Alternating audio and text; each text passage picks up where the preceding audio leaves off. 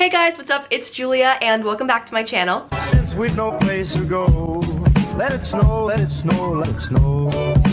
Before we get into today's video, I want to tell you guys about a jewelry brand that I have been loving. I finally found a jewelry brand that is sustainable and environmentally friendly, which is really important to me. If you guys haven't heard of Ana Luisa, meet your new favorite jewelry brand. All of their jewelry is carbon and water neutral, and they donate 100% of returned pieces to Dress for Success, an organization dedicated to supporting women across the US. Ana Luisa was kind enough to send me a few pieces, and I literally haven't taken them off since they've arrived. The first earrings are these, the ones that I'm currently wearing. I've been wearing these earrings every day. I just think they're so cute and subtle. I love the little pearl, and I love when earrings dangle versus big hoops. This is the seal link, and it is perfect for a double piercing. Ever since I did my first press junket and I wore earrings like this, I became a different person, and I just think it's so cute. I just love how it utilizes the second piercing. The last thing I got were these golden bedazzled lightning bolts. I just think they are so cute, and again, I love how they dangle. I love how they're gold, but also they have that like sparkly feel. Ana Luisa is currently having sales. So if you're looking for a nice holiday gift or a treat for yourself, my link is in the description. Thank you so much, Ana Luisa, for sponsoring today's video and sending me these beautiful pieces. Alright you guys, welcome to my 2021 year in review video. I've been wanting to do this video since the beginning of 2021, and I cannot believe that it's almost 2022. I'm sure everyone's saying that. It actually blows my mind. I've written down all of my highlights throughout the year on my Notion, and I'm just going to be taking you through my year and sharing all of the highlights. Nobody's life is perfect, and there were plenty of things that happened this year that weren't great. I want this video to be really happy, and I want to be able to look back and remember all of the good things that happened. Okay, January. I spent the whole month really prepping for Canada. My mom and I left for Vancouver on January 28th, the end of January. I was just kind of preparing myself. I did a lot of COVID tests. We flew to Vancouver at the end of January and went straight into quarantine. February was a really fun month because we finished quarantine. I did vlog that experience. I'll link that down below. We started rehearsals in person for the J team, and that was so much fun to get to meet all of the dancers and all of the other cast members. Oh, it was just the best memories. I turned 19 while I was in Canada, and it was honestly my favorite birthday. My brother put together this whole video montage of all of my friends and family wishing me a happy birthday because I obviously couldn't be with my family. It was just so perfect. I'm really grateful. March was a really bittersweet month because we wrapped filming and then had to go home. Literally this dream of an opportunity every single day I was just pinching myself came to an end, you know, as all things do. March was mostly spent on set filming and then coming home, and I got to see my dad, my grandma, my pets, my friends, and obviously I miss them all so much. In April, I started dancing in LA again. I started an improv class at Groundlings. I did a shoot with Excite Lab. I started working with Desi Oakley, who has been a Broadway idol of mine for a really long time. Now getting to work with her on a weekly basis is crazy. I picked up my Always on Stage classes again. So those of you probably know, but I'm a mentor with a special needs theater group called Always on Stage. We just did Willy Wonka, and I posted that vlog, so that will also be in the description. When quarantine started, I started doing weekly musical theater dance classes for the group on Zoom. When I went to Canada, I just had no time. So one of the other mentors was able to pick up the class for me, and when I got back home, I was able to resume my class, and I missed everyone so much. In May, I continued my improv class at Groundlings. My mom and I had a night that I have dreamed of for so long, and I can't share it. I feel awful saying that, but I want to be able to rewatch this video and remember all of these memories. But yeah, it was a crazy night, and I'm really grateful. I took dance classes. Oh, I had my first ADR session of my life, and it was so cool. I had to go into the studio and dub myself, which is funny to see yourself on the screen and then have to like record some voiceover. I've been in a recording studio before when I recorded my original song, My Place, which I also vlogged, but I've never done voiceover work before. So being in the studio and getting to do some voiceover work and getting to see parts of the movie on the big screen was really cool. In June, I met Todrick Hall, who's someone that I've admired for so long. I was taking class from Hamilton Evans, one of my favorite choreographers. He had hinted that the artist of the song would be coming to class, and we were dancing to Todrick's music, so I was like, Okay. And then I purposefully stood by the door when I knew the artist was about to walk in. But yeah, it was so cool. We got to dance right in front of Todrick and Brandy, and I took a photo with him after the class. It was just so cool. My cousin and aunt and uncle came in from New York to spend some time with us, and so that was really, really nice. I haven't really seen my family in a while because of COVID, so it was really nice to spend some quality time with them. Oh, I did an amazing workshop with David Guzman, who is the dance captain on Hamilton. We learned original choreography, and there were so many incredible dancers in that class, and it just felt like, I don't know, it just felt so cool to dance the original Broadway choreography to Hamilton with the dance captain. I also started working with a voiceover coach. Like I said in my ADR session, I just had the best time, and I was auditioning for some voiceover projects, so I really wanted to, you know what I was doing a little bit. I started coaching and I fell in love with voiceover. July was a really busy month. My family and I saw In the Heights, which we all love the stage production, so seeing it in the theaters was amazing. I met Paloma Garcia Lee, who is now a huge inspiration of mine. She just played Graciela in Steven Spielberg's West Side Story. I met her at a dance class. I got new headshots and the posters for the J-Team came out. I remember when I saw it on social media, I had seen it before at the press shoot, but it was just drawings of us. I had not seen the finished product. When I saw it on Instagram, it was completely surreal, and honestly, none of that has even sunk in, and I don't even know if it ever will. My family and I went to New York to visit all of my extended family, and that trip was so amazing. Obviously seeing my family, but I got to meet Desi in person. We met up at, oh, I forget where, but we had a really, really nice time. We just got to talk for a little bit, and she's so cool, so that was really exciting. Unfortunately, Broadway was still closed, but we got to see Ariana DeBose. For anyone who knows me, you know that I absolutely adore her. She was performing at Tavern on the Green, and so we got to see her perform live, and she was so incredible, and now she's just blowing up, and I'm just so in awe of her and inspired by her, so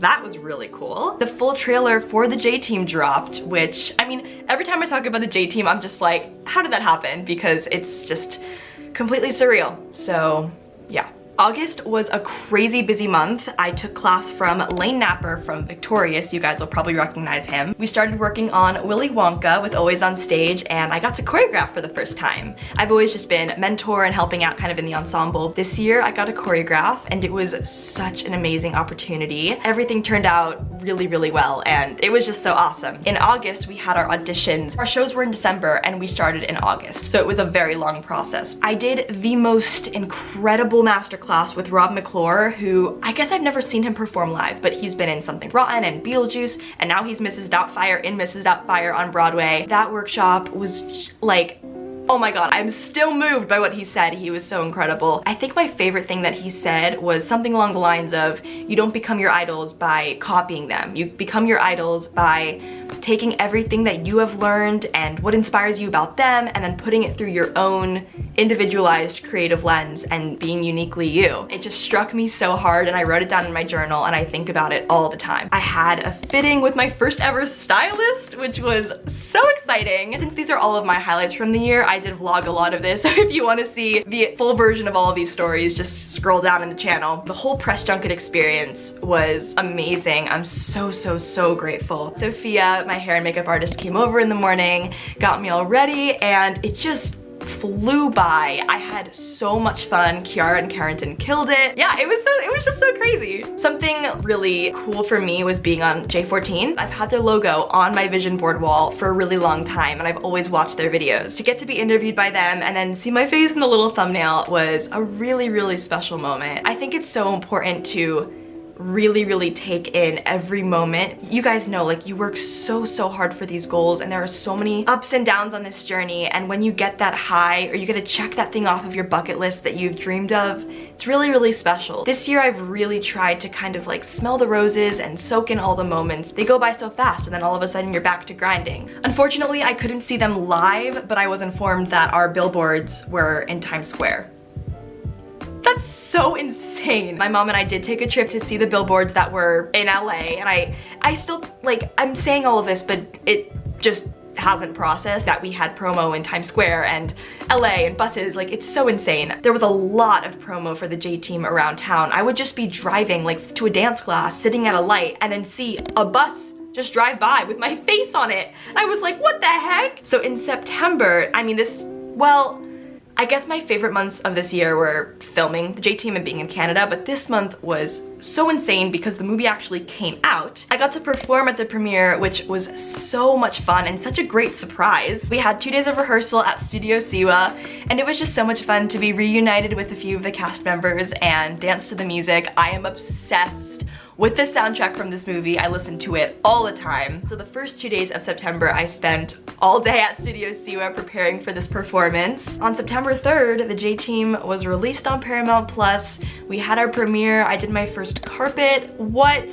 I performed. Oh my god, it was just such a whirlwind of a day. I remember waking up at 5 a.m. because my body just woke up. I was like, I had so many emotions, and then I realized that I could just watch the movie now. I got on Paramount Plus and I just started watching the movie, and then I remember I got my nails done and it was just so hectic. Picked up my grandma, we went to the Rose Bowl, and then we had a rehearsal. We had to get COVID tested and do all of that, and then I was getting my hair and makeup done. We had the carpet, we were doing the interviews, we performed. It was just madness. My aunt and my cousin flew in from New York to spend the weekend with me and my family, and that was literally the most incredible gift I could have asked for that weekend, to get to experience it. My cousin is 8, so for her to sit on my lap and we watched the movie together with my aunt and their friends at the Rose Bowl, oh my god, it was amazing. Saturday, we had a party at the Breakfast Club hosted by the Siwas, and I got to meet so many new people, people that I've admired, people that I kind of have mutual friends with, and it was just so awesome. I'm literally not even looking at my notes anymore because I could just like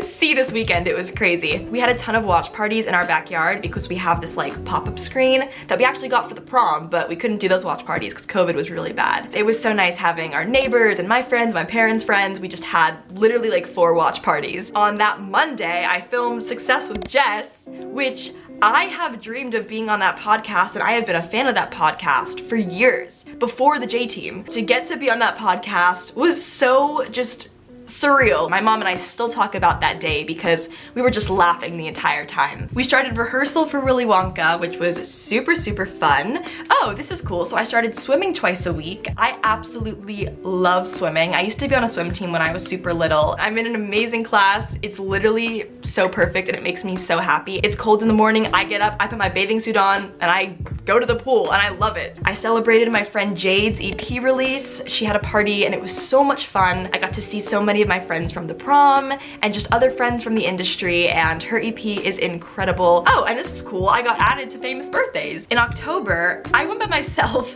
to see Hamilton at the Pantages. I wanted to go so badly and my family couldn't go, and there was one night that I really wanted to go, so I was like, all right. Obviously the show's incredible. I've seen it before at the Pantages. Oh my god, it felt so incredible to sit in the theater again. And then I saw Mamma Mia with my friend Josh and my mom. In November, my mom and I went to the Siwa's Dance Pop Revolution premiere party, and that was super fun. I got to meet all of the girls and they were literally the sweetest. Oh, the J-Team premiered on Nickelodeon, so I guess it had only been on Paramount Plus. And now sometimes I go downstairs and just turn on the TV and the J-Team is just on Nickelodeon. I also had a subscriber Zoom in November. I'm pretty sure it's the 5th one I've done now. It was so much fun. I look forward to these things so much. You guys are literally the coolest people, and I'm so grateful that you watch my videos and support me. Thank you to everyone for coming to that one. I had such a great time. And now we are in December, and I would say the highlight of this month, it's like mid-December right now. My highlight has definitely been Willy Wonka. We had our tech week and then we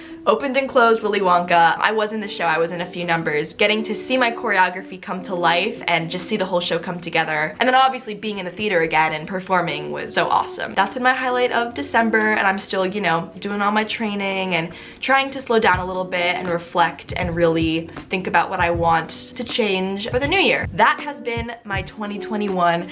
Again, these are the highlights. I have had so many blessings this year, everything that I shared with you, and I'm so grateful. But I've also gone through a lot of changes this year, and people have come in and out of my life, and that's okay. I just don't want to sound like everything is perfect and, you know, it's all rainbows and butterflies and I don't ever go through any hardships, because that's just not real, and I'm really excited for 2022. So thank you guys for watching. I hope you enjoyed this video. Make sure to subscribe and I'll see you next time. Bye!